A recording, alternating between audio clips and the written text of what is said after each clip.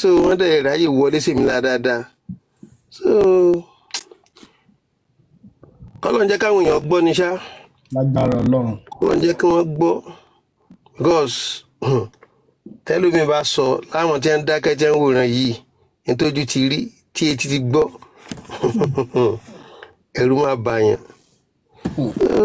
because mélòó ni mo fẹ́ kà àti gbogbo nǹkan tí wọ́n ti ṣe fólú ẹ̀ adúpẹ́ lọ́wọ́ Ọlọ́run bí abáde ìjà gan ìgbà míì tẹ́ bá tó pè báyìí pé chọ́ọ̀chì wo la máa mọ́ ẹ̀yìn èèyàn yẹ̀ wò mi ò fẹ́ wàhálà nù léyìí o ẹ̀jẹ̀ ìrìnàjò kan mi jẹ́ bí mo ṣe wà yìí wọ́n lọ́n ti ń bá mi ṣe yìí tó dẹ̀ ń gbọ́ tèmi ìgbà tí mi ò ti lọ chọ́ọ̀chì mọ́ nígbà yìí mi tó yí padà sẹ́ẹ̀ ìgbà yẹn ni mo tó rọ́wọ́ mú òótọ́ tẹ́lẹ̀tẹ́lẹ̀ náà ó wà òkè òbọ̀tọ̀ àwọn ni mo bó ṣe wọ̀ ọ́kà àwọn ni mo náà fún àwọn ni mo fi ń sìn èmi go ò ráyè fi sinra mi dáadáa mi ò ráyè rárá àtọ̀ ṣùgbọ́n bọ́ọ̀sì àwọn pásítọ̀ yẹn nǹkan tẹ́mi kàn mọ̀ ni pé mi ò rò pé ojú lásán ni sà kì í ṣe ojú lásán ní gbogbo nǹkan tí wọ́n ń ṣe bọ́ọ̀sì ẹlòmíì kì í ṣe pé tí wọ́n kàn sọ pé lọ mú nǹkan báyìí wá tí a sáré lọ mú wá nǹkan bígbà tẹ́ pé wọ́n fi àṣẹ bọnu àwọn àṣẹ burúkú àwọn àṣẹ gidi àwọn olúgbòhùn gidi. alẹ́ jẹ́ kí sójú lásán ni bàbá wèrè kan fi ń béèrè bílíọ̀nù lọ́wọ́ àwọn èèyàn sójú lásán ni. so kì í sójú lásán èèyàn á máa tún fún èèyàn á máa sọ fún wọn ní kíyè wọn fi sí ìgbẹ́ tí ń sọ̀rọ̀ yà ní sinmi ni a máa máa sọ̀pọ́tì a máa máa dúró tì yín ni tírú ẹ bá lè bọ́ àwọn náà mọ gbogbo èèyàn ló máa bọ́ lágbára Ọlọ́run lọ́wọ́ wọn.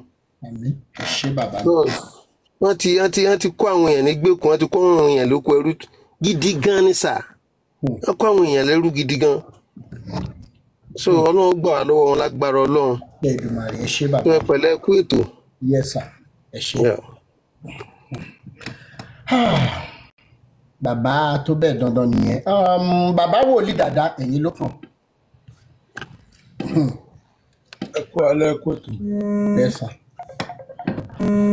Ọlọ́run àti kúrò yín ní agbára. hello.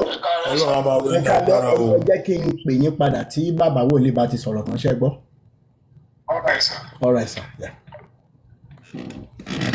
ẹ má sọ̀rọ̀ lẹ́kàn. Ọlọ́run á rọ yín ní agbára. àṣẹ Èdùmàrè. liberation máa tẹ̀síwájú. àṣẹ. Ọlọ́run ti máa fún iṣẹ́. àṣẹ Èdùmàrè. eléyìí Awíkóńkó. ta. ṣáà ni ẹ béèrè fún WhatsApp number mi. bẹ́ẹ̀ ni mi mò ń bá yín chat torí ibi iṣẹ́ ni mi ṣe lè gbé kọ́ èmi ni.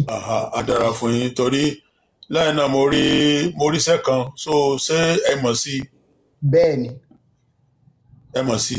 bẹ́ẹ̀ ni mo ní pé kẹ́ni yẹn kọ nǹkan kan síbẹ̀ síbi iṣẹ́ yẹn. bẹ́ẹ̀ ni bẹ́ẹ̀ ni mo pe látọ̀dọ̀. mo dúpẹ́. bẹ́ẹ̀ ni Ọlọ́run ló ṣe. torí ó ní tí mo rí o. àwọn ọ̀rọ̀ tó jáde. bẹ́ẹ̀ ni. ó jẹ́ kí wọ́n gbìdì ogun láti àwọn orí òkè káàkiri. wọ́n gbọ́dọ̀ gbé. pàápàá èyí tí mo ti ṣe àtìpó ní fún ọdún 9 léyìí tí ẹ ṣàlàyé tẹ́ ti pàdé ìyá àdúrà àti bàbá dàda. bẹ́ẹ̀ ni ọlọ́nkọ́lé bẹ́ẹ̀ ni. ọlọ́nkọ́lé àtàwọn kọ̀ọ̀kan náà wọ́n láwọn gbúrò mi mo dẹ̀ ní wẹ́. ìkan ni wọ́n máa sọ̀rọ̀ ó ní àwọn gbúrò mi lórí prógráàmù bọ̀bọ̀ tó ṣerú bí irun dàda yẹn tó dàbí Tóní Tẹ̀túlà mo bá bú sẹ́rìn. mo ní kí ló orúkọ ẹ̀ ó ní wọ́n ní Awíkóńkó wọ́n ní kọ̀mọ́ndà in chief wa nù wòlíì Tọ́pẹ́ àgbàlagbà sì ní ọ́ mo lọ́rọ̀ àgbàlagbà kan nílé ìyá ní káwọn èèyàn ò bọ́ ní so inú mi dùn gan fún tó ń lọ yìí àwa ti wà pẹ̀lú wọn ní ìgbà kan rí àwa kò sì lè sí pẹ̀lú wọn mọ́ ọpẹ́ ní f'Olúwa. èyí tí mo kàn fẹ́ ṣàlàyé òun náà ni pé ṣe rí àwọn obìnrin wa àti àwọn tí Ọlọ́run ti gbé wọn pàdé ara wọn pé kí wọ́n fẹ́ra wọn nìkan túbọ̀ tẹ́kìtì bọ̀ ṣe rí àwọn pásítọ̀ àǹkótọ́ múnisìn wọn ní nǹkan kan ju psychologically brain tí wọ́n ń lò lọ. bẹ́ẹ̀ni. tó bá ti lè kúnlẹ̀ síwájú wọn tó ń gbọ́n wájú wọn inú gbígbọ́n yẹn náà ti máa mú nǹkan jáde láti jẹ. sọ̀rọ̀ mi ò yé. bẹ́ẹ̀ni. ọ̀pọ̀ àṣírí mórímù gan-an ó forí mulẹ̀ tó jẹ́ pé ọlọ́run alàyà túbọ̀ máa tú. mo dẹ̀ fẹ́ kó yẹ yín pé ohun tí ìrìn àjò tí pásítọ̀ mi rìn àti tó ń bẹ lọ pásítọ̀ mi jù tó ń ṣẹ̀sí lọ. bẹ́ẹ̀ni. ó jù tó ń ṣẹ̀sí lọ nítorí ìdí èyí kí ọ̀pọ̀lọpọ̀ ènìyàn kí wọ́n mọ nǹkan tó bá ń ṣe kí á sì ṣe kíni ká tẹ̀síwájú lórí ọ̀rọ̀ yìí tó ń pè ní liberation. bẹ́ẹ̀ni. àwọn àpẹẹrẹ kan wà irú ọkùnrin kan bẹ lọ́nà Adégbàyí ó ní òun bàbá love. bàbá love. bẹ́ẹ̀ni mo ní àwọn ohun tí mo sọ mi ò sọ jẹ́jẹ́ mo ní àwọn èèyàn bíi mẹ́ta tó ń gbé àdúgbò yẹn tó yẹ pé ọmọ kan ló ń rí lórúngbà tó gbé ẹbọ mo ń sọ̀rọ̀ bíi ọdún 10 sẹ́yìn. ẹbọ ni àwọn yẹn ń gbé àti oògùn tó dájú àti àwọn àṣẹ. nígbà sọ ẹ mo ti gbọ́ níbi ọdún 5 sẹ́yìn èmi náà ti gbọ́. á dára fún yín ó gbẹ́bọ̀jú ó láìkì owó ó láìkì mọ́tò ó láìkì flashity tó bá dé bẹ̀rẹ̀ sí sọ̀rọ̀ báyìí a máa sọ̀rọ̀ bí áńgẹ́lì ni owó nìkan òun ló ń ta pure water ní 50,000. ó yẹ káwọn náà mọ̀ pé kankan bẹ́ẹ̀bì kan pure water káta 50,000. àwọn tó wà ra pure water yẹn ṣé ayé wọn yí padà ní àbí ayé wọn tẹ̀síwájú. wọ́n máa ti wá ṣogun báyìí o. èmi ni mo gba àwọn ìyá kan ní tí wọ́n wà ní gbági lọ́wọ́ irú àwọn yẹn tí ọlọ́run lò mí láti gbà wọ́n pé ẹ jẹ́ kójú yìí ó là omi orí burúkú lẹ̀ mú kiri lẹ̀ sọ̀rọ̀ mi ò yé ṣùgbọ́n mo mọ̀ pé ọlọ́run á túbọ̀ máa lò yín láti túbọ̀ máa tú àṣírí. àṣírí tó pọ̀ bá a tú ọ̀pọ̀ nǹkan sì máa wáyé sọ̀rọ̀ mi ò yé a ò ní fi ohun kankan sílẹ̀ láì máa sọ jáde fún àwọn ènìyàn. èmi personally mi ò wá síbí láti wá jẹ́ káwọn èèyàn mọ̀ mí rárá mi ì tẹ̀fẹ̀ kẹ́ni kankan mọ̀ mí mi ì sì wá síbí láti wá polówó anything torí iṣẹ́ wòlíì ta kúkú gbé kárí náà mi ò ṣiṣẹ́ wòlíì mọ́ ṣùgbọ́n mo dúró lórí pé kí ọlọ́run alààyè kó jẹ́ kí òtítọ́ kó fojú hàn ní gbogbo ibi tí òtítọ́ bá farapamọ́ sí. òtítọ́ fojú hàn ọlọ́run alààyè kò sì ní fi wá sílẹ̀ ní gbogbo ọ̀nà. ẹ máa bá ètò lọ ẹ máa tẹ̀síwájú èmi náà mo join bíṣọ̀bù ní ìjẹta. mo join bíṣọ̀bù ní ìjẹta. sọ̀rọ̀ mi ò yé yín. kàtà ń bá mi pò ní kò jẹ́ kí n lè sọ̀rọ̀ dáadáa. ó tún wá mú ẹ́díkì dání àárẹ̀ ara ni o ẹnìkan kò bọ́ ṣe láwọn máa jẹ́ kí n fojú rí. bọ́ àfikún ẹ̀ ní tẹ́yà sísìn bá fẹ́ máa ṣéǹjì èèyàn ní kàtẹ́yàn ní ẹ́díkì. so tó bá jẹ́ òpè kan dání àbọ̀ tí ń sàsími ni àbọ̀ tí ti gbẹ́ kò sí nǹkan kan dígbí ni mo wà bí ìbọn. a dẹ̀ tó máa tó àṣírí a tún máa tó mọ́ àṣírí a máa tó àṣírí tó pọ̀ ọ̀rọ̀ ń bẹ ní ìkùn ohun tó mọ̀ kàn wá tí mo torí ẹ̀gbẹ́ kan ni pé láti mọ̀ pé ṣé ẹ̀yin lẹ gba WhatsApp mi àǹkó àti torí àwọn míì àmọ́ wá nínú àwọ̀ àgùntàn ṣùgbọ́n ìkòkò ni wọ́n. bẹ́ẹ̀ni ó mú understand. ìpàtẹ́ ti níbẹ̀ ni inú mi dùn gan bẹ́ẹ̀ ṣe ń try láti confam tẹ́ ń pè mí bí iṣẹ́ ni mo wà ní ìlẹ́gbẹ́ lẹ́gbẹ́. mo gbọ́dọ̀ confam o. bẹ́ẹ̀ni. mo gbọ́dọ̀ confam torí pé ibi tí mo bá dé yìí tó gbọ́dọ̀ máa wá ń di alàgbà kí ló bá yìí wá. bẹ́ẹ̀ni. alàgbà kí ló bá yìí wá kí ló bá yìí ṣe. mọ̀dà tó ń sọ lè gé pé mo wá síbí with 100 lawyer ni and lawyer. ohun tí Ọlọ́run ó ṣe yóò ṣe fún kálukú àníkójú wa ó là káàmọ́ kan tá a bá ṣe kò sí bèbí tí sẹ́jú kò sí ọkọ̀ kankan dèrè mọ́ gbogbo ọ̀bọ̀ dèrè gbogbo ló ti ń gun bẹ́ǹsì báyìí. bẹ́ẹ̀ni. ẹ yé lọ chọ́ọ̀chì mọ́ ẹ máa gbàdúrà nínú yàrá yín tó bá dẹ́ disturb ẹ lọ sínú gbósùrù kankan lọ gbàdúrà ń bẹ Ọlọ́run Olódùmarè yóò gbọ́ ẹ. tẹ́ ẹ ti gbọ́ ẹ máa bá ètò bọ̀ èmi náà wà mo ti wà lórí ètò. Thank you so much. Yes sir. Temi Love ẹ̀yin ló kàn tẹ́ bá ti sọ mo fẹ́ sáré sọ nǹkan kan one of the things tó máa ń gbé wa sákàkiri. ṣé máa on mute Temi Love. Temi Love. Hello. Hello. Can you hear me? Yes, we are hearing you now. All right. Good evening. Okay. I just want to say little things. Okay. Mo lè máa mix up Yoruba to English. Yeah. So my take is that I feel like a lot of people that call themselves Christians are not really Christians, because to me, most people that is going to church, I think they are lazy, because this Bible is so clear. We're meant to study the Word of God, and the Word of God are yes and amen to those who believe in it. So if you study the Word of God is powerful. You don't have to consult anybody. Pastors, they are all human beings like us. And you're not a pastor. So that is why I'm not moved. See, when Tobani pay pastor, I'm not moved because they are human beings like us. They can do anything. They should not lay yamolo. So I'm not.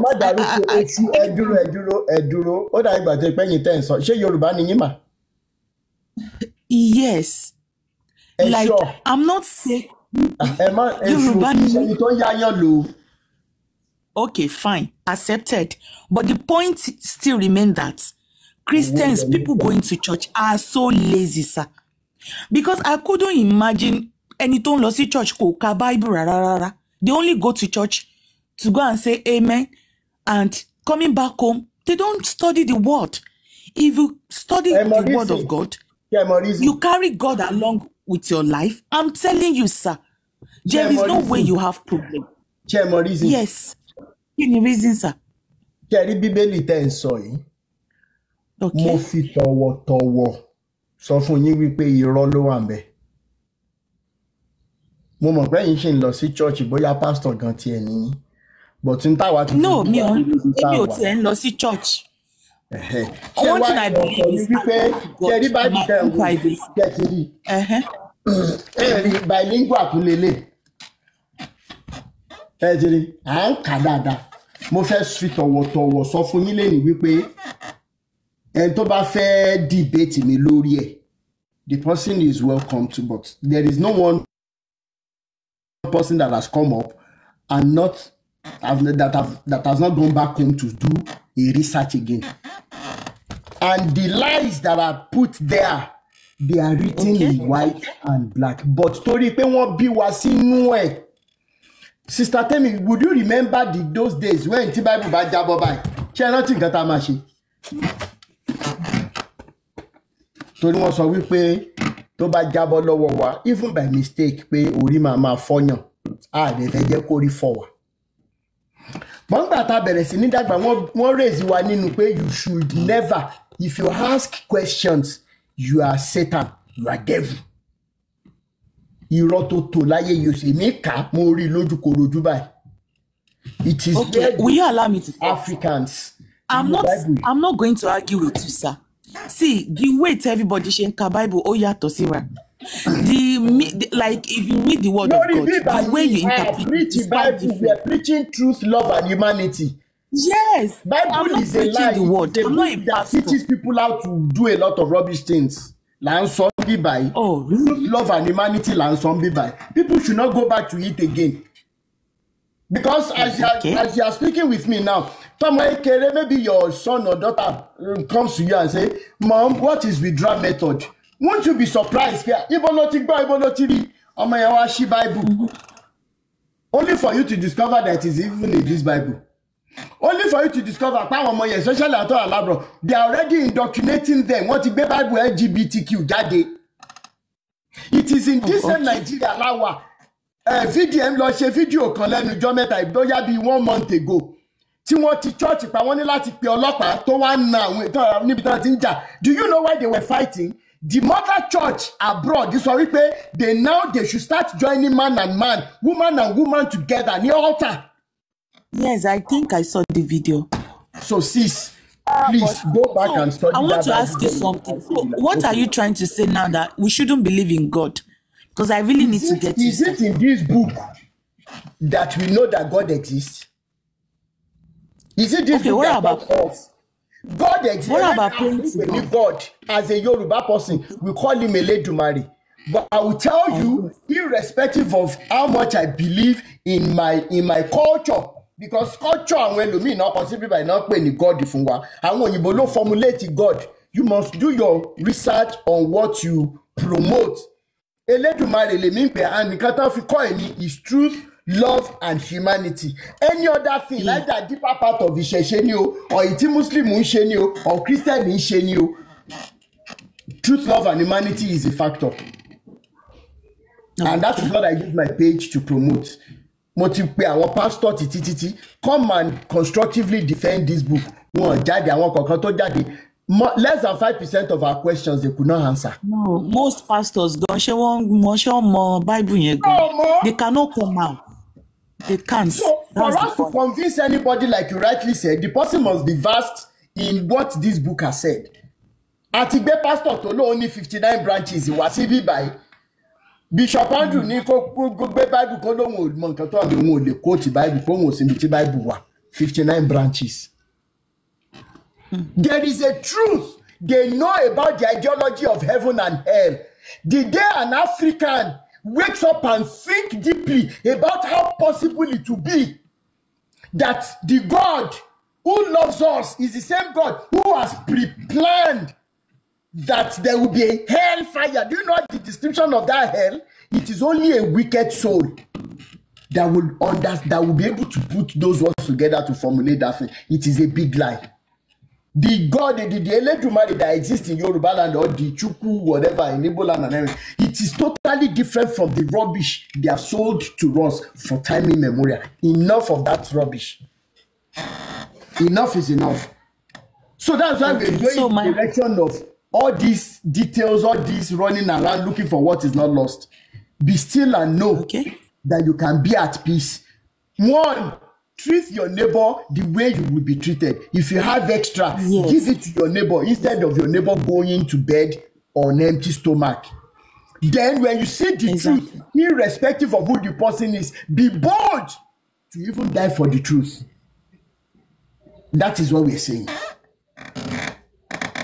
Okay, I would like to ask you something, sir. Okay. So what about praying to God too? Are you against that? What do they call prayer?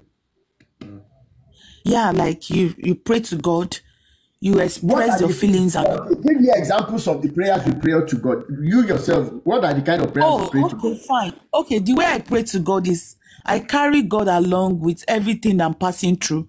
Because as I am, I don't go to any pastors. I don't even go to church.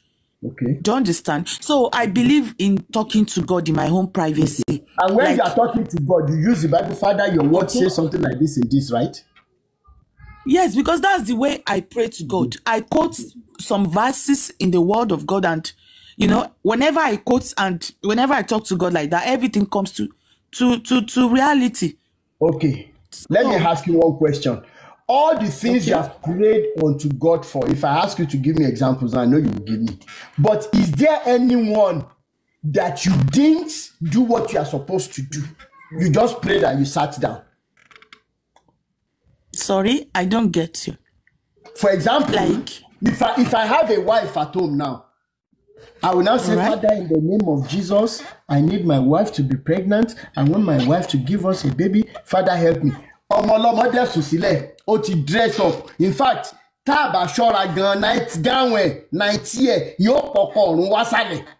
Ó ti ṣe gbogbo tó yẹ kó ṣe pedicure manicure kí ẹ pọ́wọ́ ẹ̀ ń gún lámú wá ń lè sá. Ó wá dìgbà tó yẹ kí n ṣe tó yẹ kí n ṣe kí n má wá ṣe kí n socket. Yes. Okay, sir. In that case, I understand what you're talking about. What happened is that at times we're meant to do some things. We don't have to like call God to come down to do it for us. You've said it all, and you don't pray for more. Only láti ṣe the needful. Like only láti wà pẹ̀lú ọkọ ẹ̀ on the bed. Do you understand? Like you need to do the needful, and along the way too, you need to start praying to God. Okay, God, you know, that's what I believe. Anyway, Mr. Temilov, have you seen the caliber of people tó wà ní ìpéjọpọ̀ àwọn Táíwò Òdùà and co tán bá ní pé wọ́n ń wáṣẹ́? Have you listened? Have you seen their resume? Have you seen what they like? yes. Have you heard what comes out of their mouth? Are they employable? Yes. Do you understand where we're coming now? But Because they don't train themselves. They are praying. They go to churches. Exactly. Ọlọ́run ò lè wáṣẹ́. Iṣẹ́ ò lè wá because you really need to add values to yourself. Thank you so much. Without value, would they be employed? If it's church, it's wrong nìyẹn. Church are not really helping people because you are looking for husband and you are looking like rubbish. Like you don't take care of yourself. You don't. Exactly. So how will you get a man? Do you know how many wrong marriages are existing today? Because a pastor said, for example, see me ò like ẹni tó gbẹ. Mo wá déwájú pastor. Mo kọrúkọ bíi mẹ́ta mẹ́rin. Táwọn èèyàn máa ń ṣe ohun tó fẹ́ lọ́kàn ẹ̀. Ó dẹ̀ mọ̀ pé oníwà gidi. Go all out and toast the person. Tó dẹ̀ níwà gidi tó ní ọkàn mọ́. Báwo ni manager ò ṣe ní work? Náà wọ́n wá sọ fún mi nínú èèyàn mẹ́ta mẹ́rin tí mo kọ. Pásọ̀ wá mẹ́rin tó gbẹ́nu wọn. Ṣé mi ti mọ̀ pé rọ́lọ́ ń pa? Lẹ́mi tó yẹ pé mo máa ń láti kí n kó àkúwọ́ sílẹ̀. Ṣé ó ti yé yín Sister Temilov? Mo láti àkúwọ́ sílẹ̀. Kéèyàn wá gbé kọ́ọ̀pù kékeré fún mi kí n máa fi mọ́ mi. Mo ti mọ̀ pé náà ni pásọ̀ yẹn pa náà.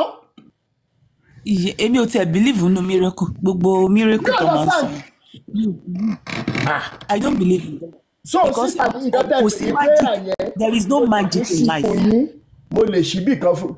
There are some things táwọn baba ńlá wa ní táwọn òyìnbó yẹn get sílẹ̀ tí wọ́n kọ sínú Bible yìí, and that is why I still keep them to bring them out. Bóyá kí n fún yín lẹ́yọ kan. Okay. Ẹ bá ń ṣí Proverbs 30 verses 7, 8 and 9. Máa sáré paraphrase it because of time. Torí mò ń jáde ní 4.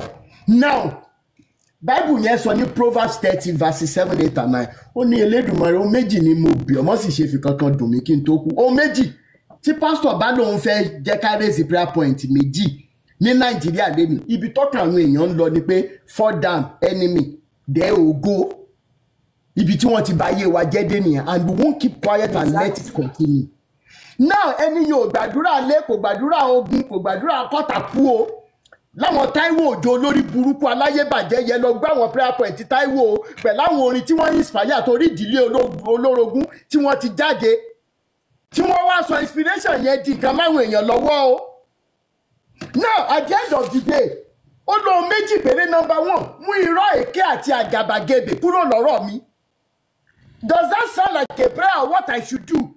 For example, see, ẹni tó ń bọ́ mi tí mo mọ̀ pé ló máa bọ́ mi láàárọ̀ lọ́sàn-án lálẹ́ tó bá hùwà burúkú, Bible is admonishing me that I should tell the person. Ní táwọn baba ńlá wa ń pè ní àṣàjẹ́màṣà sọ̀rọ̀ lójú ọlọ́rọ̀ tí baba ọlọ́rọ̀ bá gbọ́ kí ló fẹ́ ṣe. It doesn't mean I'm saying it out of hatred. Ó ń bọ́ mi now. I am saying it because gẹ́gẹ́ bí ọmọlúàbí ó yẹ kí n sọ fún ẹ pé n tó ṣe yóò dá oúnjẹ ló máa kó kúrò lẹ̀. Ní church wa lẹ́nìí, where is the truth? Ibo láti ṣe àgàbàgebè nínú church wa. Ẹ kọ́kọ́ mú yẹn lọ. Ẹ wá wo prayer point kejì kẹ́ sọ fún mi bóyá ń gbà ọ́ bóyá ó yẹ ká ṣe. Ó ní má ṣe fún mi ní ọrọ̀, má sì ṣe fún mi ní òṣì. Oúnjẹ òjọ́ mi fi fún mi. Má fún mi ní owó, má dẹ̀ fún mi ní ọrọ̀, má fún mi ní òṣì. ibi torí tí n bá ṣe kí ni tí n bá yọjú màá bẹ̀rẹ̀ sí ní béèrè pé ta lọ́lọ́run ṣáwọn bàbá ńlá wa ní Olúwo tí máa béèrè pé ta lọ́lọ́run Olúkọ̀yà tó arrest àwọn èèyàn káàkiri ṣé kò tí máa béèrè pé ta lọ́lọ́run Johnson Suleiman tó sọ nínú voice note tó leak ó ló lè jẹ́ kéèyàn disappear ẹlẹ́ran ara bíi tiẹ̀ who are you in the first place. Oh my God. Ṣé àti máa béèrè pé ta lọ́lọ́run Oyedepo stood on an altar in front of people that we think are sane in Nigeria. Ó ló ń jẹ tí ìran kẹrin òun máa jẹ òun ti ní. Yeah. They're just making using people to make money. Ọjọ́ mi péré oyin kò fi fún mi. Ṣé ni wípé nǹkan táwọn bàbá rádaràdà ẹni pé ká máa wá pray fún ọwọ́ wọn ló wà ṣá. Has God not blessed us enough in Africa? Wọ́n wá báyé wa jẹ́ débi pé àwa pray. We cannot convert our resources to finished products. We're not producing anything. Exactly. All our resources are going abroad. And that is why we can no longer push this madness. For there is no love. Done even in the church, there is no love. There's no love. There is no love. Nínú church lẹ ti máa rẹ́ni tí ò bímọ, mo máa ń ṣe example yẹn. Àwọn èèyàn mọ̀ pé ó ti marry like 2, 3 years, 4 years. Ọkọ àti ìyàwó ò ní problem o. Àwọn relatives ọgọ́ yọ wọ́n lẹ́nu. Ẹ ṣáà máa gbádùn ara yín. Elédùmarè ló ń ṣọmọ. Ṣùgbọ́n nínú church tó ń lọ, ẹni ẹlẹ́ni kan jó. Jésù yóò jọba. Àráyé ẹ̀yọ gẹ́gẹ́ gbẹ̀gbẹ̀gbẹ̀. Àwọn tó ń wò kí ló tiẹ̀ mọ́ ń dùn lára rẹ̀ kí ló ń jó akọ̀bẹ́pẹ́ kò tí ì bímọ. Do you understand? Ìdílé ìtẹ́ni yẹn bá dẹ̀ jọwọ́ sọ́dọ̀ wọn ìyá àbẹ́jì ẹ má wọrí níwòye ọdún tó ń bọ̀ a máa bá yín gbèbèjì èmi ni máa ṣe godmother wọn ẹjájú wọn fi yín mu sí. Is that a church?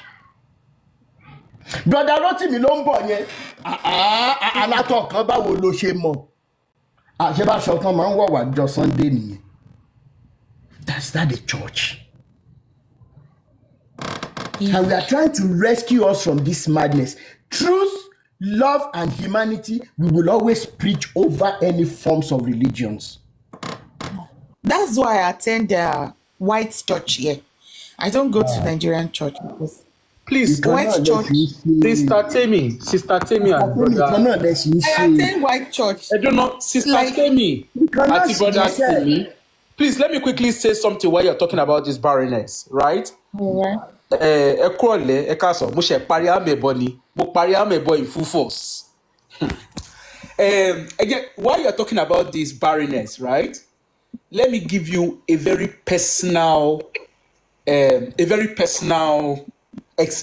experience, a personal story. Okay? I have a cousin. Most likely, he would. At some point, you will hear my voice on this. I have a cousin, an older cousin, who's, in short, who were in primary school. Nígbà tán lọ ṣe wedding wọn. Àwa iná kaṣọ sí lọ́rùn.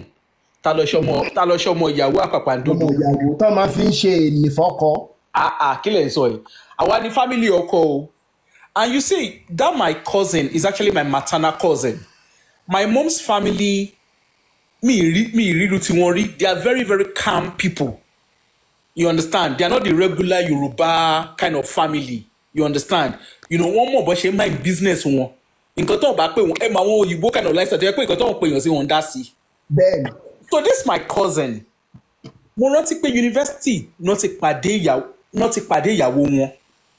And for a long time, in short, like I said, I was in primary school, nígbà tó marry. And up till I finish university, in short, I'm talking of maybe 10 years ago, as in the couple, not share bimo. Now, you see, the mother of this, my cousin, all the while, people watching Dagba, you know, they tell us, we'll call the lady, you know, everybody asked, we're forced to call her mommy. You understand? So it was just natural, you know, everybody would just call her mommy. You know, this one she wedding, all those kind of scenario. Nobody ever one day ruffled her. Nobody ever one day asked her questions. You know that kind of person to disturb life. Okay? Banti she gba or no white garment church Lord in lejo kan. Pé tí ó bá ti ń wá nǹkan tí ó sọnù, ó máa rí nǹkan tó sọnù. láti ìbágbọ̀nà white garment church lọ́jọ́ kan wọ́n bá white garment church náà ti sọ fún pé ìyá ọkọ ẹ̀ ló ń ṣe náà ṣe rí ìyá ọkọ tó ń ṣe yìí ìyá ọkọ tó ń sọ pé ó ń ṣe yìí ilé tán ní the first house tóun àtọkọ ẹ̀ kókó máa ní láyé lọ́rùn right obìnrin yẹn ló kọ fún wọn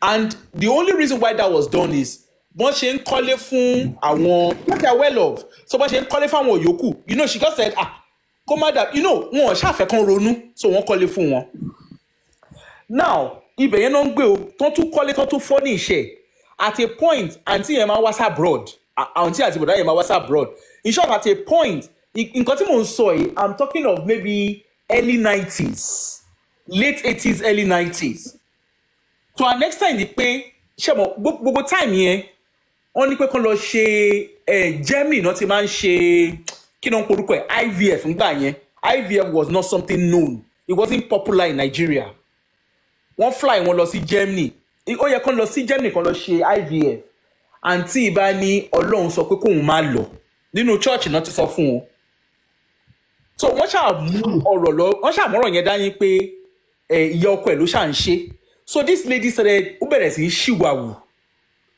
to the extent pé even àwa gan ta jẹ́ cousin meanwhile sherryboard ọkùnrin ni ọmọ tiwa my older sister's friends ṣe mo young chaps and everything tó bá ti rí bọ̀ ṣe mo it was that bad tó yẹ pé tí bọ̀dá yẹn bá ń bóbìnrin sọ̀rọ̀ àwa cousins àti sáré lọ barricade lady náà any lady tá bá rí tí bọ̀dá yẹn bá sọ̀rọ̀ kò tẹ̀ fẹ́ mọ̀ what was going on you know we'll go there like he has a wife you know that kind of thing we'll be the one highlighting that he has a wife in short at a point I think there was a time my cousin was transferred to another state and at a point I think there was a lady the mom came to see him in one of her journeys she branched over to see him the wife was here to relocate to him so he branched down to see him and the mom found there was a lady títí di èní àmọ́ bóyá lady yẹn bóyá ọ̀rẹ́ wọn ni bóyá girlfriend we didn't know how related but guess what I remember my auntie she came back home and was telling everybody apart from the fact pé wọ́n kọ́ rán mo poko ọkọ náà girl yẹn lánàá bolẹ̀ you understand basically the family were defending this lady but because this lady got so involved in church bá sọ fún ṣá so ìgbà tí mother-in-law that's my auntie ìgbà tó máa kú you know this lady was dancing and rejoicing mi sọ nǹkan tí mi rí o as in she was dancing and rejoicing because mother-in-law ń kú now the mother-in-law died that was 96 the mother-in-law yẹn kú wọn bímọ until 10 years ago ní church burúkú tó ń lọ at a point wọ́n lọ sí MFM dánwò àǹtí yẹn ya ẹ̀mẹ̀ pé kíyàn máa wá nǹkan tí ò sọnù wọ́n lọ sí MFM ibẹ̀ náà tún sọ fún MFM náà ti sọ fún pé ìyá ọkọ ẹ̀ tó ti kú tó yẹ pé egun nìkan ló wà nù skeleton nìkan ló kù sínú grave wọ́n ní ìyá ọkọ ẹ̀ ló ta ìwúm bẹ́ẹ̀ ló mú lọ now that my cousin their last born is a gynecologist in the US at a point wọ́n fẹ́ fly they were thinking of helping the woman okay aunty ẹ wá freeze ẹ̀yìn yín over time maybe you could sort yourself out and everything she refused so it got to a stage where even in the family everybody was like mi lè bá sọ̀rọ̀ ọmọ kó má lọ máa pe everybody lájẹ́ you understand. So 10 years ago, I think it got to her peak because she was in her 50s at the time. It got to her peak. And I think she just suddenly realized, and she really wanted a child. So she then had to go and do IVF. But she lost IVF, she everything. You know all that was wrong with her? All that was wrong with her was just she produces very low eggs. That was all that was wrong with her. So eventually the IVF didn't even work. All they had to do was they gave her like supplements to adjust her egg. And the moment she engaged with that fertility treatment, naturally she conceived. At the time that she conceived a child, a biological child, at the time she conceived that child, that was her 27 years in her marriage. Okay? Nísìn, ṣé yẹ pé èèyàn tó ti pè everybody lájẹ́, èèyàn tó ti tag everybody lórúkọ. Nísìn, àǹtí yẹn wà ní US nísìn, àti wá mingle pẹ̀lú àwọn family ọkọ tó wà ní US, ó wá di wàhálà. Because everybody ló ti fún lórúkọ. So everybody is now being careful. So what am I saying? Sherry Church. Nǹkan tí church ń dálẹ̀. Because Sherry, nǹkan tí mo sọ wẹ́rẹ́ yìí, it caused a lot of tension within the family. You can imagine a family where they are very learned.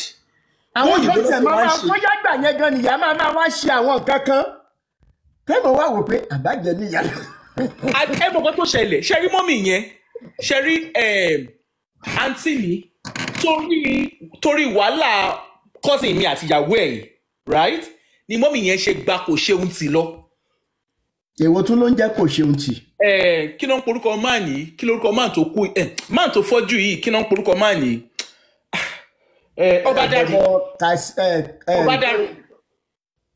Ọbádáre. Yes. Wosem. Wosem. No, ó máa ń ṣe kò ṣeun tì, kíní kan kò ṣeun tì. Ọlọ́run kò ṣeun tì or something like that. It was true, it was because of them. Ni mọ́mì yẹn, màmá tó yẹ pé kíní, màmá tó yẹ pé Anglican ni. Ṣé mo ibi tó ti ń sọ̀rọ̀ at a point, ṣé mo mọ́mì yẹn ní pé ọmọ yìí kórúkọ tó ọmọ yìí ń pè mí kó má jẹ́ lórí mi. You understand? Because their house, they were sharing a fence with Obadare's house ní Àkúrẹ́.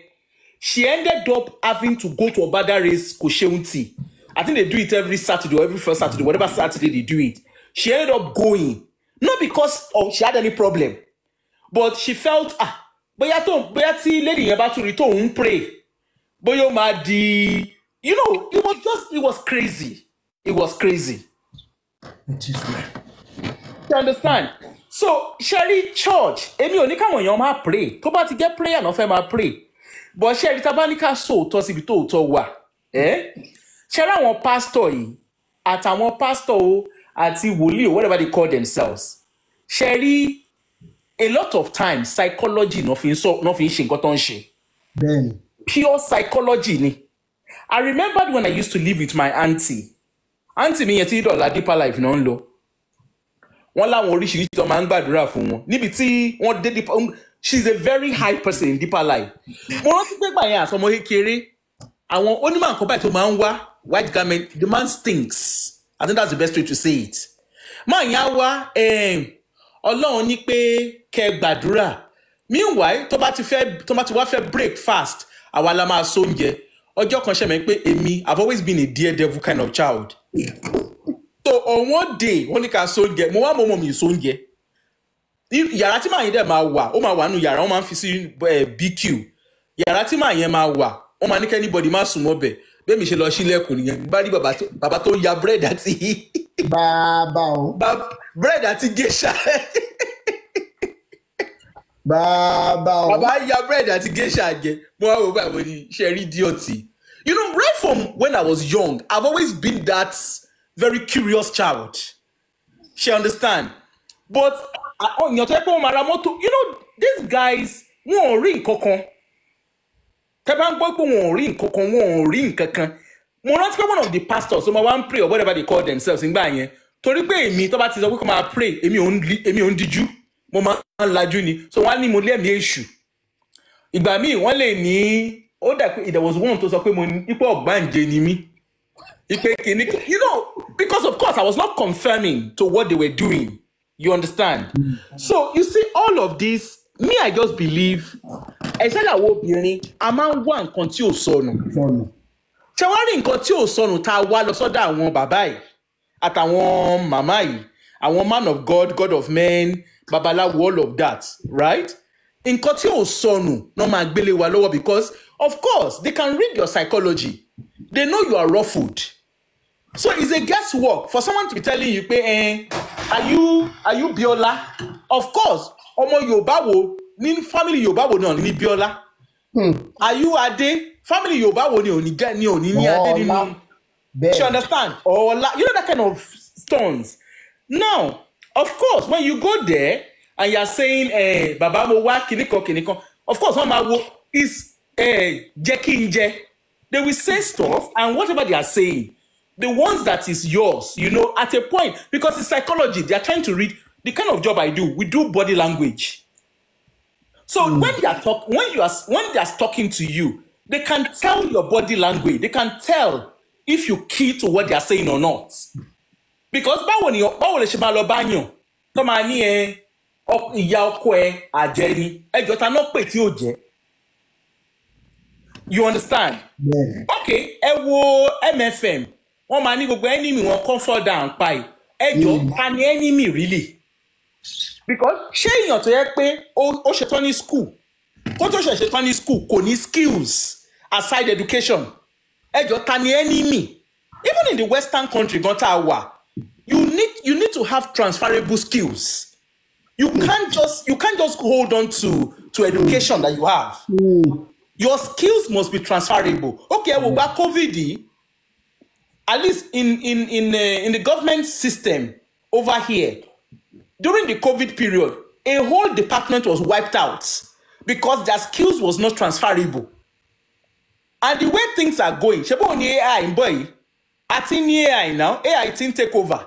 Then. So if you don't have skills that can compete or take you to the next level, it's just like somebody that went to university now, Abi. They'll go to university. What did you study? Event management. You don't need an event planner to plan your event anymore.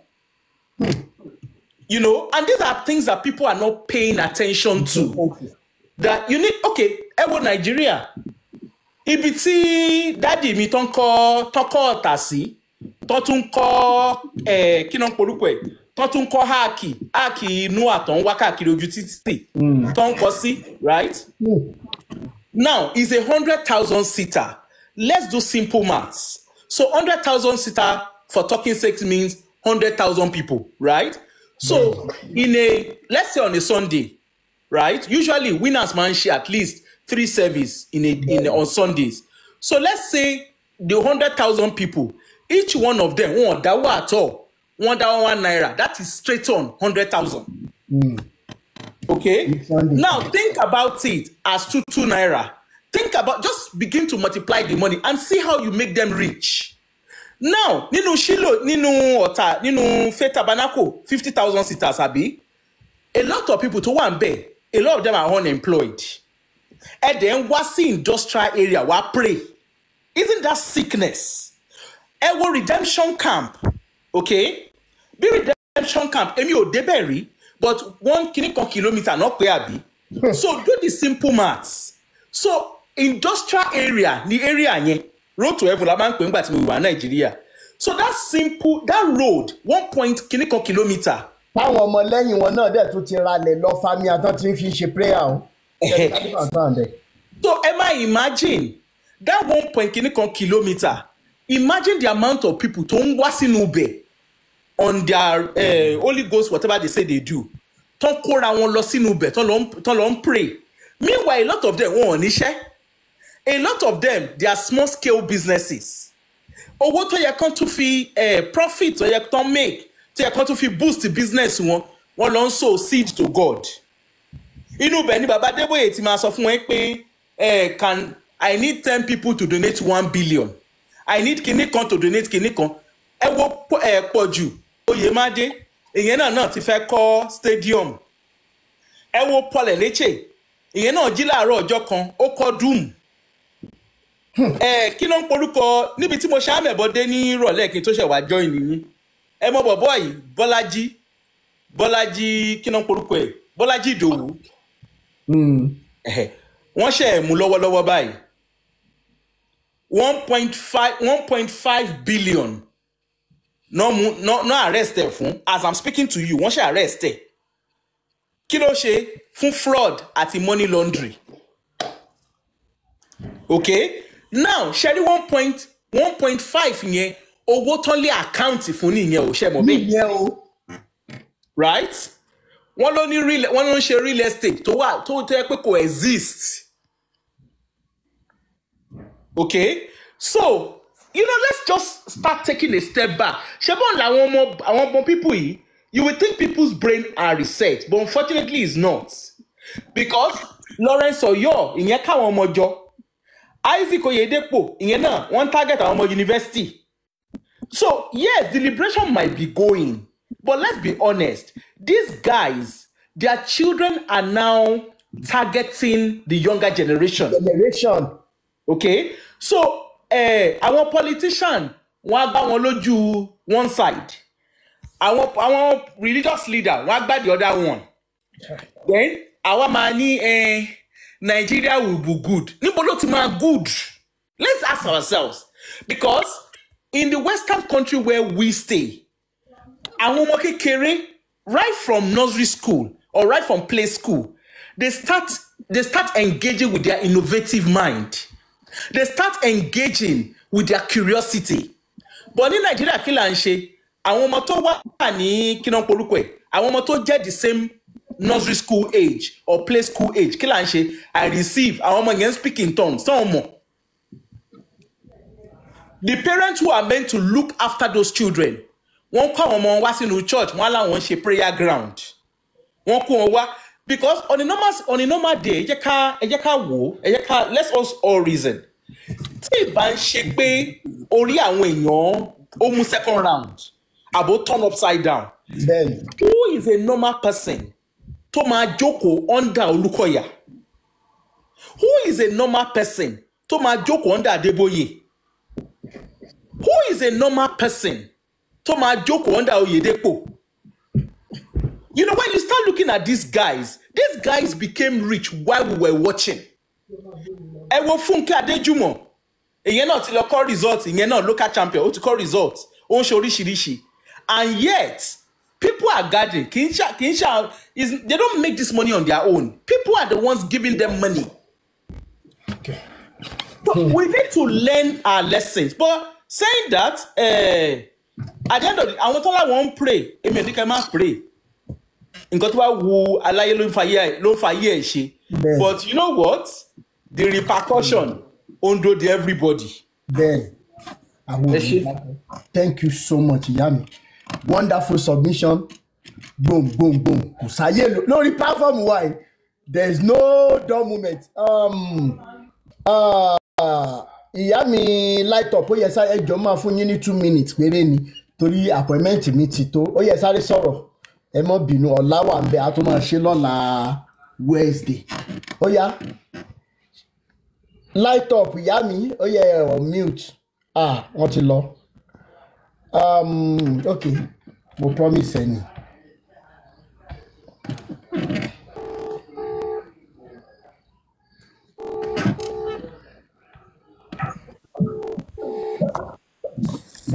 Sister Joyce. Hello? Hello, sir. Hello, sir. Yes, sir.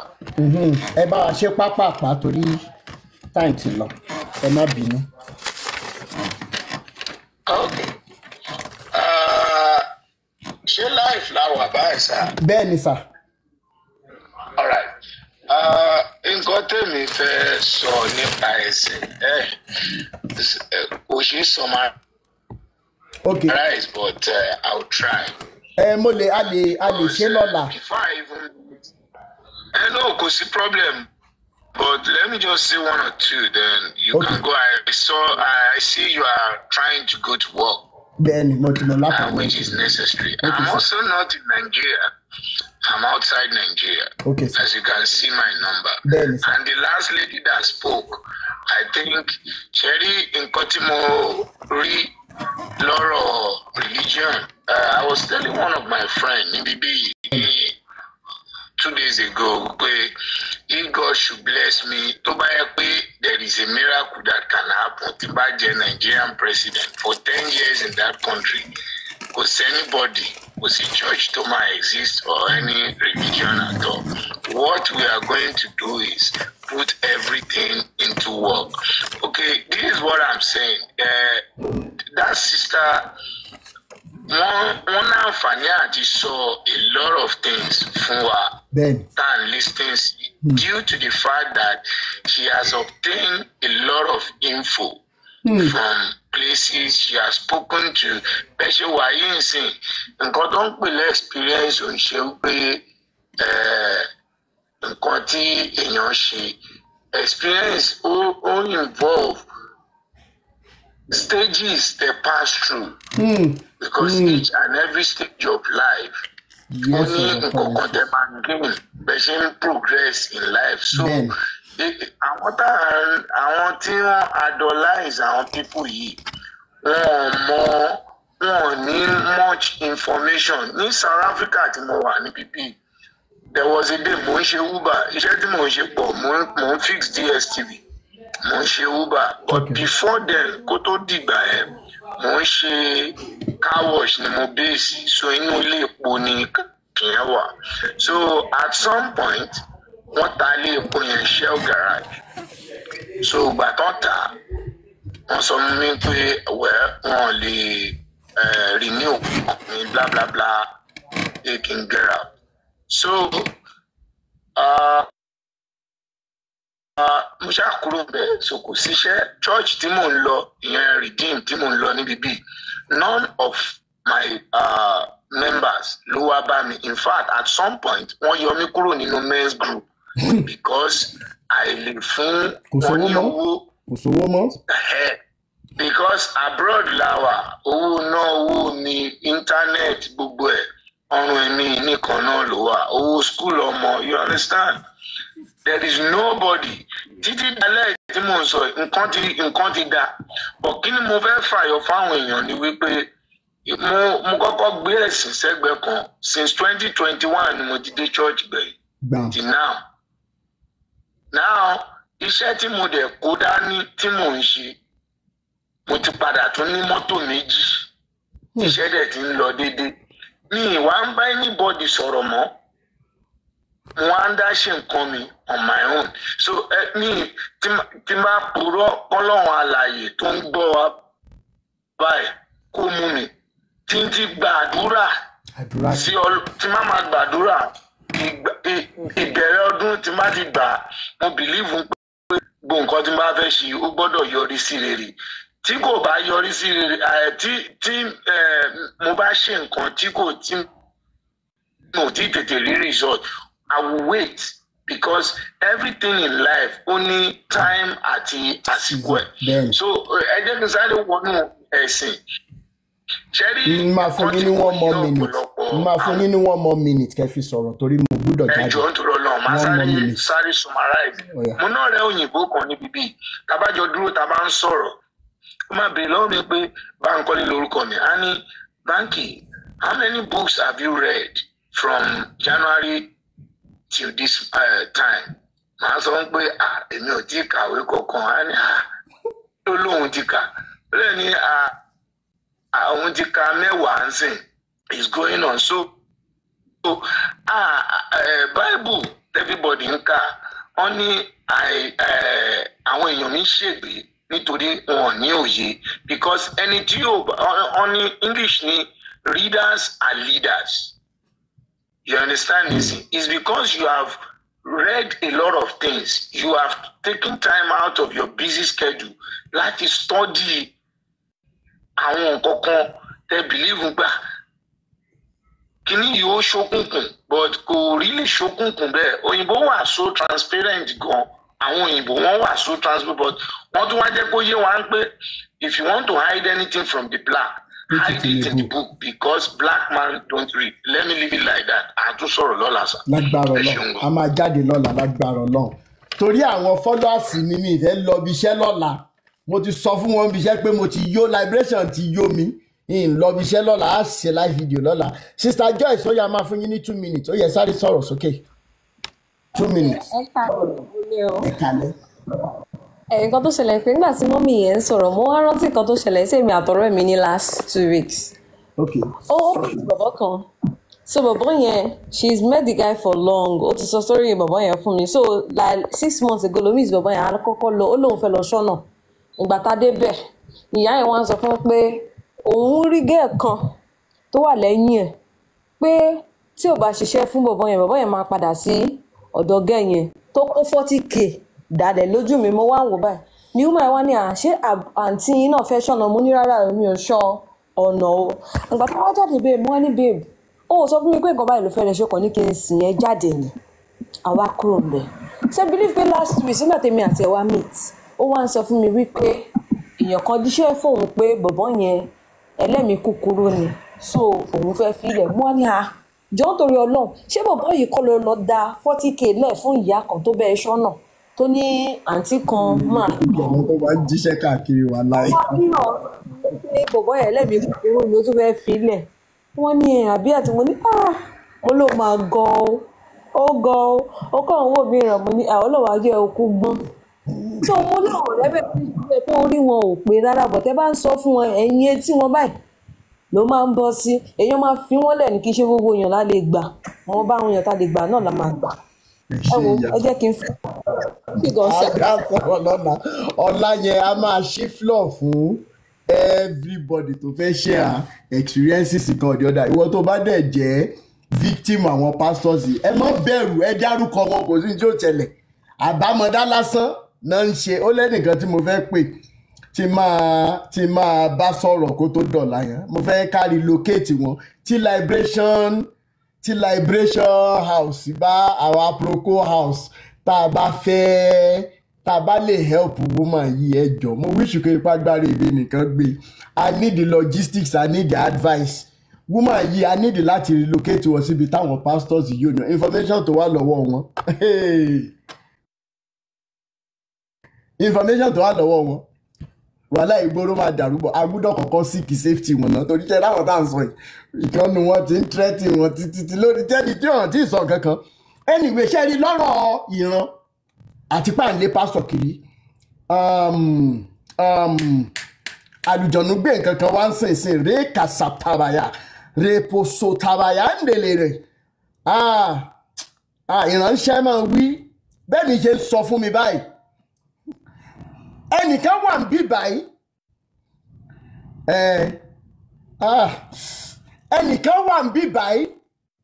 Mi ní time much lẹ́yìn ṣùgbọ́n lè máa sọ. Ọlálà kan, ìwọ tó bá jẹ́ òótọ́ ni mò ń sọ yìí. Tó ọ̀rọ̀ yìí bá bẹ mú, tó bá mú ẹ, mẹ́sẹ̀jì mi nínú inbox mi tí ẹ̀ ṣeré mọ́ báyìí. Reko satabaya nele kankabra.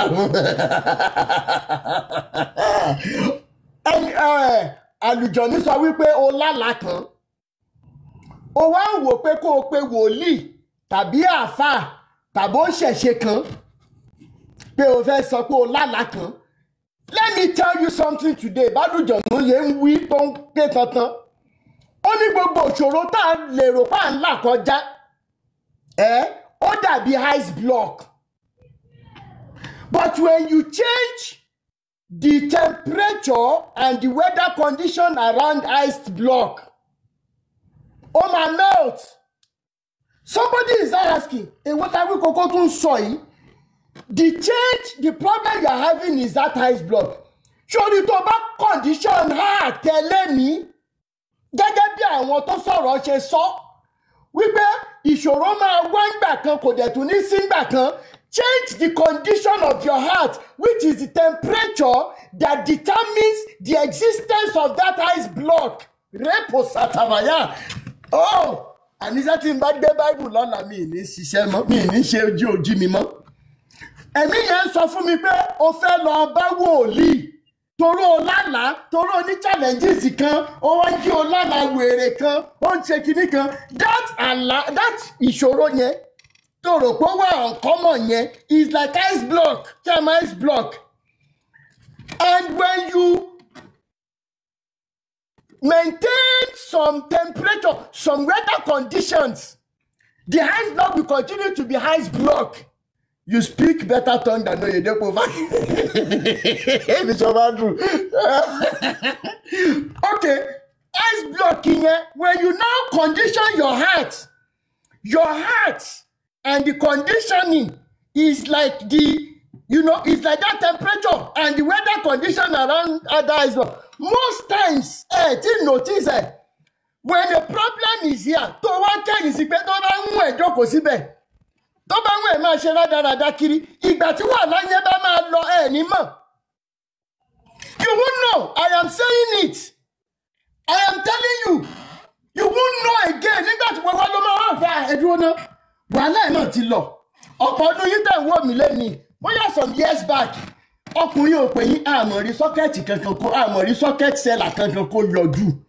Àmọ̀rí. Ó wá worried. Ó tún sọ fọ́ọ̀rọ̀ ẹ̀ gan. Rẹ́sà tàbáyọ̀ lèlè. Bí ẹ̀mí ṣe ń sọ fún òun sunkún pé ò rí sọ́kẹ́ẹ̀tì kankan some years back. Ṣùgbọ́n lọ́wọ́lọ́wọ́ báyìí láì gbàdúrà láì ṣe kankan. Àwọn sọ́kẹ́ẹ̀tì tó tiẹ̀ fẹ́ ifá gan pọ̀ lọ lójú títì. Tẹ̀lájà tó ń gbẹnu síbi ìdí ẹ̀ báyìí. Lórí pé wàhálà wà tẹ́lẹ̀ nígbà tó dẹ̀ ríro tó kọjú mọ́ṣẹ́ sọ́kẹ́ẹ̀tì gan ti wá padà over kìíní báyìí over surplus. Oko now finally níbi tí wàhálà àwọn pásọ wọn wà ní FYP wọn máa ń wà torí gbà míì tí n bá ṣe tán. Could you believe it pé mo máa ń rí 12,000 people watching us? Could you believe it pé mo máa ń rí 14,000? Tẹ́ bá rò pé mo parọ́ ẹ máa screenshot ẹ̀ máa send ẹ̀ sórí TikTok kẹ́rì. Ní ìtẹ̀kàn wo 150 160 wọ́n pọ̀ sálẹ̀ bí. Yes 12,000 14,000 máa post ẹ̀. Ẹ̀rù kòkó ò nídìí láti parọ́. So inú mi máa ń dùn pé mo mọ̀ pé ó wà ní FYP torí wípé mo wá mọ̀ pé ó wà ń bẹ̀. Tí n bá lè bẹ gbogbo ẹ̀yin oníran burúkú pàápàá jùlọ ẹ̀yin tẹ́ wà lórí TikTok àtẹ̀yin tó ẹgbẹ́ wà ní òkùnkùn ẹ̀ ń tafà sínú mọ́lẹ̀ àwọn ọmọ aráyé, mò ń bẹ̀ yín ní títóbi Elédùmarè ẹ jọ̀ọ́ torí Ọlọ́run ẹ lọ jáwọ́. Ẹ jọ̀ọ́ torí Ọlọ́run ẹ lọ jáwọ́. Ẹ ti sọ ilé aláyọ̀ ẹ ti sọ di ilé ahoro. Awíkòkó ń bẹ̀ yín kì í ṣe gbogbo ìgbà láàmú jà gẹ́gẹ́ bí àbúrò yín gẹ́gẹ́ bí ọmọ yín gbogbo ẹ̀yin wòlíì pátá either offline or online ẹ jọ̀ọ́ torí Ọlọ́run ẹ pa ẹnu yín mọ́.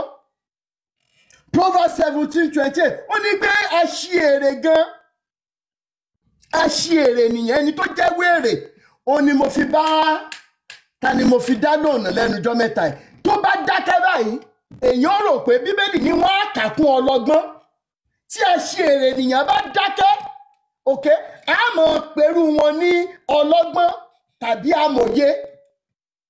Ẹ jọ̀ọ́ gbogbo ẹ̀yin wòlíì ẹ jọ̀ọ́ torí Elédùmarè ẹ jọ̀ọ́ lásìkò ẹ lọ gbẹnu dákẹ́ kó mọ́ tí mo rí o àsìkò yẹn dé tán tí wọ́n fọ́gò mọ́ ẹlòmíì lórí tí ó sì sin tí ó tẹ̀yìn ẹ̀yọ. Àsìkò yẹn dé tán tẹ̀yìn báyìí lolúwa rí ẹ sì gbọ́ òkò lórí yín tí ò bá jẹ́ físíkù lòkò spiritual lòkò ó mọ̀ bá yín. Mò ń bẹ̀ yín ni o. Lastly ẹ jẹ́ fún yín ní illustration kí n tó sá jáde lọ́bi tí mò ń lọ. Now tí aláboyún tó ń wá oyún for so long tó bá ṣe kí ni tó bá wá lóyún yẹn after 6-7 years or 10 years táwọn èèyàn ti rí pọ́nú yẹn yọ ìyá àbúrò finally ṣe rí wípé lè olúwo èṣù kìnìkan tí oyún yẹn bá wálẹ̀ Elédùmarè ò ní jẹ́ kí wọ́n bọ́ bàtọ̀ fọ̀ sẹ́nu ọ̀nà wa.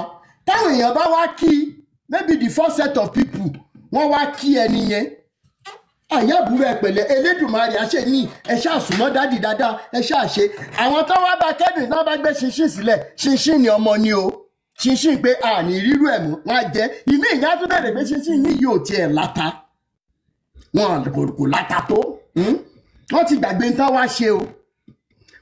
Káwá tó lọ ìyá àbúrò kí lẹ mú ná báwo lọ̀rọ̀ yẹn ṣe ṣẹlẹ̀.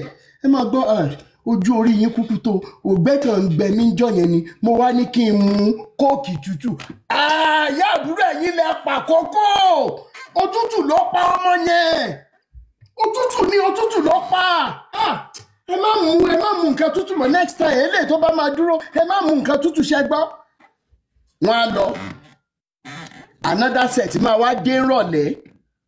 Wọ́n bá dé bóyá pọ̀pọ̀ fàlàtà náà máa fáwọn wọ́n bá fún wọn pọ̀pọ̀ fà lára ọba ẹ bá dẹ̀ tiẹ̀ ti wá sẹ́wà ká fi gbàdúrà fún yẹn wá béjì kẹ́ fi búrẹ́dì díẹ̀ sí ṣùgbọ́n Elédùmarè á ṣe ẹ kó pọ̀pọ̀ fún yẹn náà wá ẹ pẹ̀lẹ́ àní rírú ẹ̀ mọ́ o.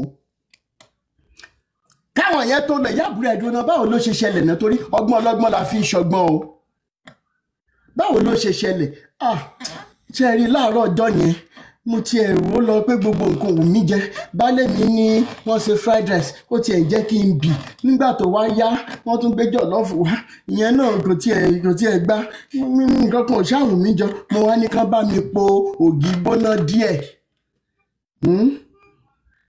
mo ní ká bá mi po ògì gbóná díẹ̀ bí mo ṣe mú ògì gbóná yẹn tán báyìí mo ṣáà rí pé nǹkan kan ṣe kúlúkúlú níkùn mi the next thing tí máa rí hospital ni mo lajú wọ́n ṣáà wá sọ pé omi ló dànù àgbè òfò àyà àbúrò ògì gbóná nínú oyún ẹ̀yìn lẹ́fọ́ ooru ló pa ọmọ ooru ló pa ọmọ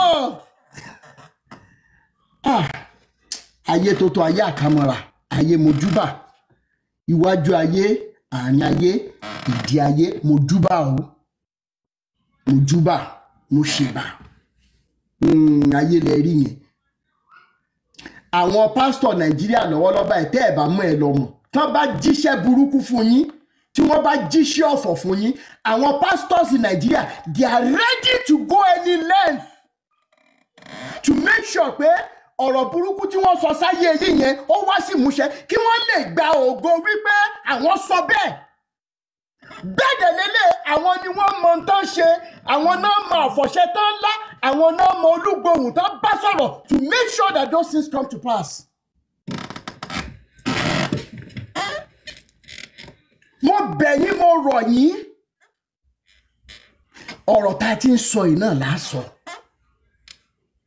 mo ń bẹ̀ yín mo rọ gbogbo ẹ̀yin tẹ́ ẹ láǹfààní àti mo gba àtọ́kàn yín ṣe kúlíkúlí ọlá ló fẹ́ lọ rẹ́ nìkan ó ṣe jókòó kó o béèrè lọ́wọ́ Awíkoko pé àlá mélòó gan ni mo ti lá lẹ́nu ọjọ́ mẹ́ta tí mi ríro ṣéjọ́ tán gún mi lọ́bẹ̀ lọ́rùn ni ṣéjọ́ tán yìnbọn mọ́ mi àti close range ni mi ìjọ́bì kankan mi ìtọ́jú bọ́ọ̀dù kankan o. ká ní pé máa ń jẹun òru ń gbà mí ní tí ń bá lọ bí iṣẹ́ ọ̀rọ̀ wọn màá tún lọ fi wá nǹkan jẹ ni èmi ò mọ̀ wá sáré káàkiri ẹni tí mo fẹ́ lọ bá mi tí kọ̀fáàmù bóyá òun gan fúnra ẹ̀ dá bóyá lọ́la o mo lè rẹ́ nìkan o tí ó sọ pé arúgbó mo gbéṣẹ́ fún ó dẹ̀ ṣe é tó dẹ̀ kọ̀fáàmù ìpolówó ẹni pé ṣùgbọ́n lọ́lọ́ bí mo ṣe wà ní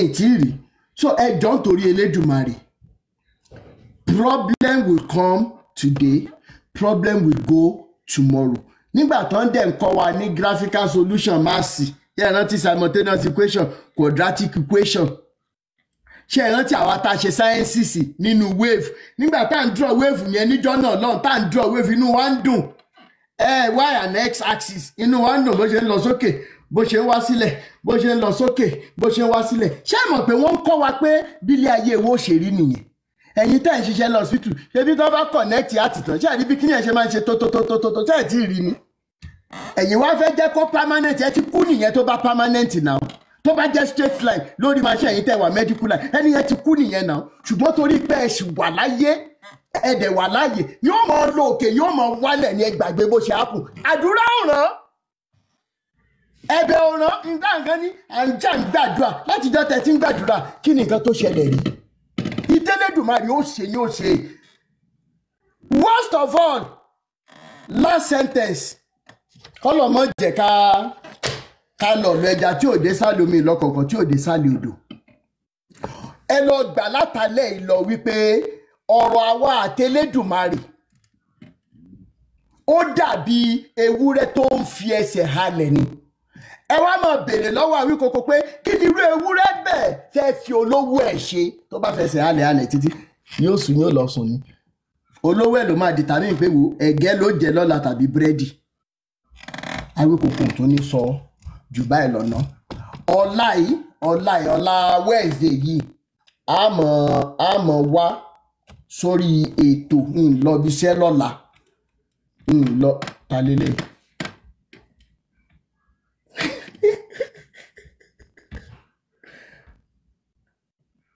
Oh, sister mi. Sister mi, mo ti rí mẹ́sẹ̀jì yín jàre. Ẹja sọ̀rọ̀ tí bá ti parí nsìn, n bá ṣe jáde nsìn. Wòlíì àlùjọ̀nú ti jíṣẹ́ tó yé Elédùmarè náà ó tún lọ. Àní ọ̀la yẹn náà, kó tó wá di ọ̀la yẹn, àní lọ ìlọ ẹja tí ò dé sálẹ̀ omi, àní lọ ìlọ kọ̀ọ̀kan tí ò dé sálẹ̀ odò. Àwa lámọ̀ wá ẹ̀yin lẹ́mọ̀ bá gbogbo ẹ̀yin olólùfẹ́ Liberation Group pátápátá àdúpẹ́ lọ́wọ́ yín, gbogbo ẹ̀yin gifters ẹ ṣé, gbogbo ẹ̀yin tá a pè náà tó yẹ pé nígbà tẹ dojú patí ṣe lẹ́ ń fi ice cream jàmàlà dúdú ẹ̀yin inú Ọlọ́run tẹ gbọ́ ẹ ṣé o. Thank you so much. Mo kí gbogbo wa. Ó tún dọ̀la 6 p.m. Nigerian time lọ́la lágbára Èdùà 6 p.m. Ẹ dúró 6 p.m. gan. Rotimi àwí kọ̀ọ̀kan lójú Ọlọ́run. Egbe 6 p.m. Nigerian time. We will be here tomorrow Wednesday. Ọlọ́rọ̀ bá gbọ́. Àwọn jáde nìyẹn. Egbe. Sister Roti, thank you so much. I did your phone. I must know where you dey go na Afro level. Sister Roti, mo máa pè yín lórí fídíò kẹrin ibi tí mo ń lọ. Níbi iṣẹ́ mi every year ẹ gbọ́dọ̀ ṣe drug and alcohol test. So ibẹ̀ ni mo ń lọ, mo fẹ́ lọ ṣe tèmi lónìí. Ọlọ́run ló ní kí n rántí mo ti fẹ́ gbé nǹkan lura tẹ́lẹ̀. Àlùjọ̀nù ló rán mi létí. Ṣùgbọ́n bí n bá ṣe test yẹn tán tí mò ń bọ̀, ibi tí n bá ti kúrò wá ní ọ́fíìsì wọn ni màá ti máa ta nǹkan àyà mi ìráyè rárá, no dolly moment. Ẹ̀jẹ̀ tó bá fẹ́ ra bàbá blue á ta bàbá blue.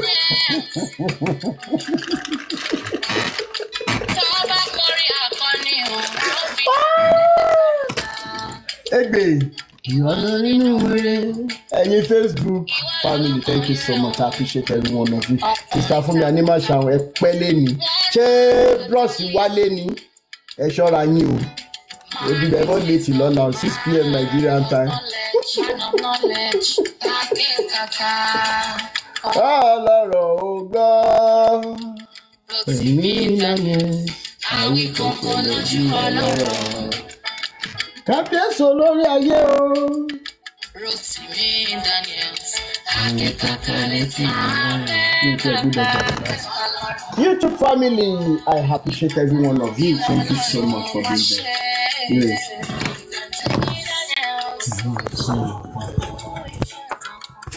Leo Queen, ṣé bàbá blue ni?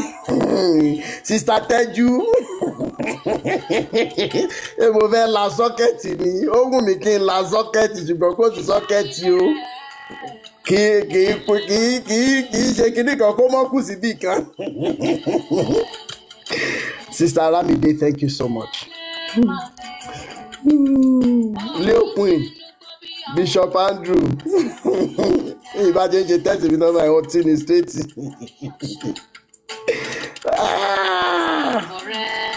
Ọlọ́run wa máa pa á. Ó máa ní.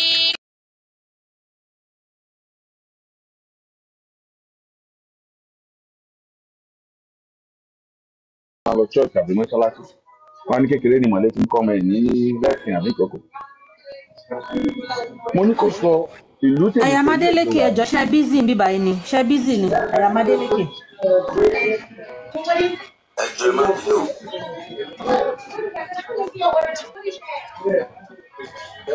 So,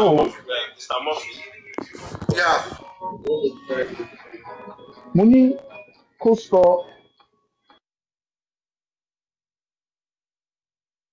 wà ìlú tó wà tó jẹ́ pé aago 5 náà sọ́ngọ̀ ọmọ gọ́gọ́ lọ sí church tó máa lọ máa gbàdúrà torí tó bá da ṣé nílùú yìí ìwọ náà ti mọ̀ pé ó máa fèsì àwọn consequence ẹ̀ wọ́n máa fi àwọn ìjọba sí ẹ̀mí.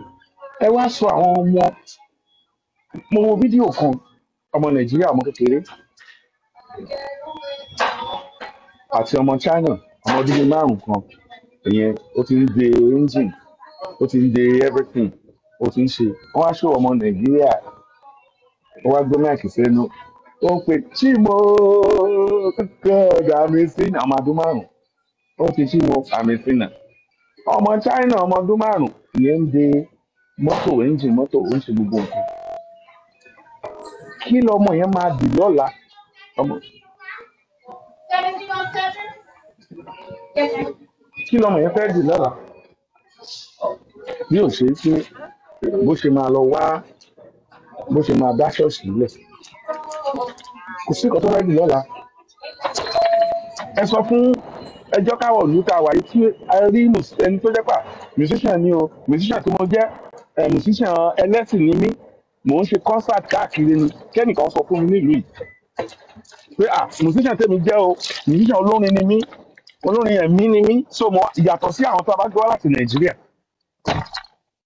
yàtọ̀ sí àwọn tá a bá gbé wá tó jọmọ ìlú ni mo ń sọ o because ẹ̀yin ìyá mi oníkálukú ó ń jí ṣiṣẹ́ nì nǹkan tí àwọn baba wa tó ṣe kù tí wọ́n gbà dànù lọ́wọ́ wọn làwọn òyìnbó ṣe ń bì kò sẹ́ni tó ń dúró dẹ nìkan ṣùgbọ́n tí má sọ̀rọ̀ ilé ìbáyìí náà ìjà wọ́n ní mò ń rí alàgbà fín ni mò ń dé èèyàn Ọlọ́run fún ni but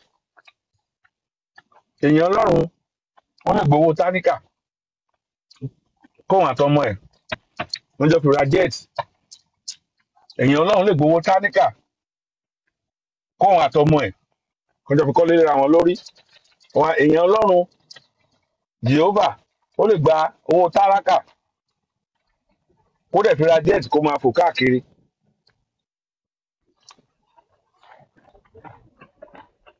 so ta ni èèyàn Ọlọ́run gangan náà gbogbo wa lèèyàn Ọlọ́run Ọlọ́run ní jẹ́ kán dà wá lórí gbogbo ẹ̀yàn ọmọ Yorùbá kò sẹ́nìkan tó wà ní ayé tí ì ṣe èèyàn Ọlọ́run ó wá di bí ìwọ fúnra ara ẹ bá ṣe fi ọwọ́ ẹnu ara ẹ gbàdúrà sí Elédùmarè kò sí èèyàn kankan tó bá ti jẹ́ Elédùmarè ló ń pépè ní o nǹkan yàtọ̀ tó wá jẹ́ pé Jehovah àti Allah ló ń pépè olùyọmọ èsì ṣùgbọ́n ìwọ tó jọmọ Oòduà gidi tó lè jọmọ ilẹ̀ Yorùbá èèyàn Ọlọ́run ni ẹ láti inú oyún torí ò lẹ́ṣẹ̀ lọ́rùn nǹkan tó dẹ̀ fa ẹ̀ṣẹ̀ sí ilẹ̀ wa dèní náà ni ẹ̀sìn ló túbọ̀ fa ẹ̀ṣẹ̀ sí ilẹ̀ wa nítorí àwọn náà máa ń fún wa ní hope tí ò sí ìwọ ọmọ ọdún mélòó ó yẹ kó o ti máa gun Lamborghini mo rí iwájú ẹ̀ bó ṣe rí àwọn ló fà á tẹ́ bá wo ìṣẹ̀dálẹ̀ wa nílẹ̀ Yorùbá àwa ọmọ káàárọ̀ oòjíire kò sírù nǹkan bẹ́ẹ̀ nínú àṣà wa àwọn tó ṣẹ̀ wá ń sọ̀rọ̀ ẹ̀ àwọn new generation babaláwo ló dẹ̀ tuntun náà jà ẹ lọ béèrè ní ayé àtijọ́ torí wọ́n á ṣe àkọsẹ̀jáyé fún ẹ tí wọ́n bá ti ṣe fún ẹ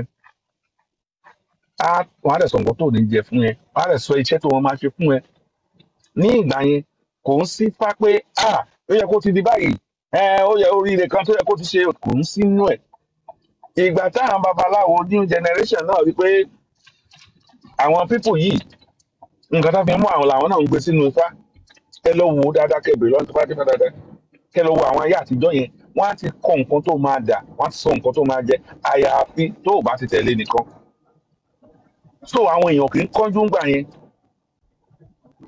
but ìgbà táyé ti dẹyẹ ìgbà ayé bá ń yí sí lèmi náà máa yí sí òun ló fà á ẹ rí i pé religion yẹn kan ti ń affect àwọn tó ń pera wọn gan lóríṣègùn nílẹ̀ wa gan nígbà míì because àwọn náà fẹ́ wọ́n ti rí pé àwọn pásítọ̀ ló ń mọ̀kò owó èmi náà máa dolówó ṣùgbọ́n tẹ bá wá wo àwọn babaláwo gidi tó jẹ́ babaláwo gidi ni ẹ rí ibi tí wọ́n ń gbé wọ́n lè má lówó wọ́n máa ní ìfọ̀kànbalẹ̀ wọn ò dẹ̀ ní problem original babaláwo gidi ẹ lè bá lórí tẹlifíṣàn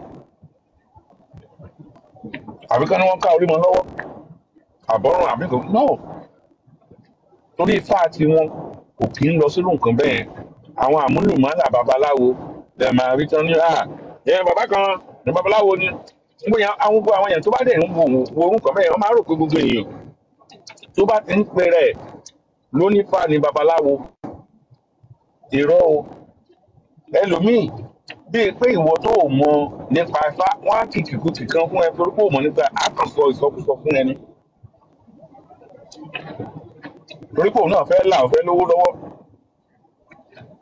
àmì àwọn ọmọ tó máa mú tó ẹ kó rí online láti máa rí Odùfà kan àwọn náà máa kì í ìwọ tó o bá súnmọ́ àwọn bàbá yẹn dáadáa wọn á gbà á kí bàbá yẹn dẹ̀ mọ tó ń kí irọ́ ni àtàmọ́ lọ́wọ́ fi sí.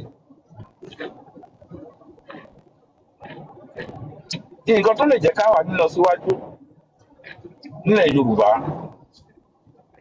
ojú ká padà sí orírun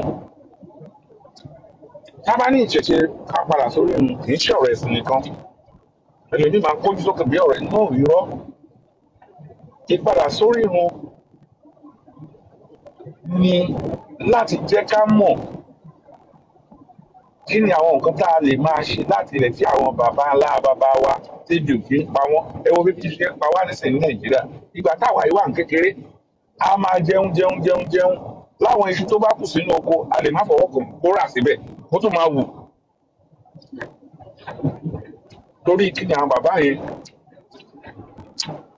wọ́n mọ nǹkan tó tọ́ wọ́n dẹ̀ mọ nǹkan tó yẹ wọn ò dẹ̀ fi wá kọ́ ọ̀là káàkiri a máa wọ́là kiri àní àwọn bàbá yẹn nígbà yẹn wọ́n ní discipline tó o bá tó èdè kan tó bá mú wálé wọ́n á béèrè wọ́n á question ẹ̀ bolo ti rówó tó ń mú wá ṣùgbọ́n mọ́sọ̀ pastor àti àfáànsìn ló ń ṣiṣẹ́ fọmọ yahoo ìjẹ̀sẹ̀ àfáà kan tó sọ pé ẹ̀hẹ́ tí òun bá ṣe fọmọ yahoo tó bá fún mọ́ṣáláṣí ń kọ́ kí ló kàn ń ṣé ọlọ́run ò ní gbà hùn ni kí ni bàbá yẹn kọ́ encourage àwọn ọmọ yẹn ẹ ṣiṣẹ́ yahoo ibẹ̀ náà ọ̀nà wà ẹ̀mú ló mówó wá. àwọn kìíní ó ti kó bá wa àti miss religion máàjì àti ìṣe wa kò jẹ́ kí ojú tí ó wà kò lè sí èkó tó fà á ju pé a ti gba àwọn àjòjì tó ti wọnú ilẹ̀ wa àwọn náà ti dàbí ọmọ ọkọ àwa ọmọ ọkọ àtọ máa lè gbogbo àjọ ń kóra wa pọ̀ ni. nígbà tẹ́nìkan bá tẹ́nìkan tó lọ ka Kùránì sí tó wá ń sọ fún wa wípé àlùkùránì ń kí ọmọ má dọ̀bálẹ̀ fún bàbá ẹ̀ tẹ́yìn kan lọ kọ́ èdè ńsìn tó kàn kọ́ èdè lárúbáwá tó ń sọ wípé òun ni bàbá ọba àwọn tó jẹ̀jọ́ ọmọ wa tó wà lẹ́yìn wọn náà jẹ́ lọ́wọ́ kíbà kẹ́kọ̀ọ́ nítorí kí ni wọ́n ti kó wọn lọ́pọlọlọ tó lè jẹ́ pé nǹkan tó ń sọ yẹn ká nígbà ayé àtijọ́ ló ti sọ ẹni tó ń bẹ̀rẹ̀ sí mògùn ni pẹ̀lú láwàní tó gbé sórí níbi táwọn babaláwo lágbára dé ńgbà yẹn tọ́lá máa ń gùn wọ́n dé. ẹni tó bá ti lè gbọ́ ọmọ títí ẹ̀ sẹ́yìn sílẹ̀ lẹ̀ tọmọ ń ké tó lọ pọ̀ ọmọ ọlọ́mọ ó rántí pé ọmọ yẹn sì máa di ẹyin mọ́ lẹ́yìn ọ̀rùn ìjọ kan ó yìn padà bọ̀ wá gbọ́ ọmọ rẹ̀ tí ò tọ́jú yẹn tó bá yá òun ló sì máa wá káàkiri òun lọ̀rọ̀ wá fẹ́ já sínsìn ìlú onílùsìn ká bá ní gbogbo àǹsìn ká máa sọ̀tàn Nóà àǹsìn tí bá pọ̀ ọmọ kékeré á sọ̀tàn Nóà fún mi ṣùgbọ́n ẹ bá bí pé agboolé yín ta ni bàbá tó bí bàbá ẹ kò mọ̀ ta ni bàbá tó bí bàbá ànábì á sọ fún yín láti ìbẹ̀rẹ̀ nígbà tí wọ́n ti lóyún ànábì bí bọ́n ṣe á sọ fún yín ẹ wá béèrè ìtìlú ẹ̀ kò ní lè sọ.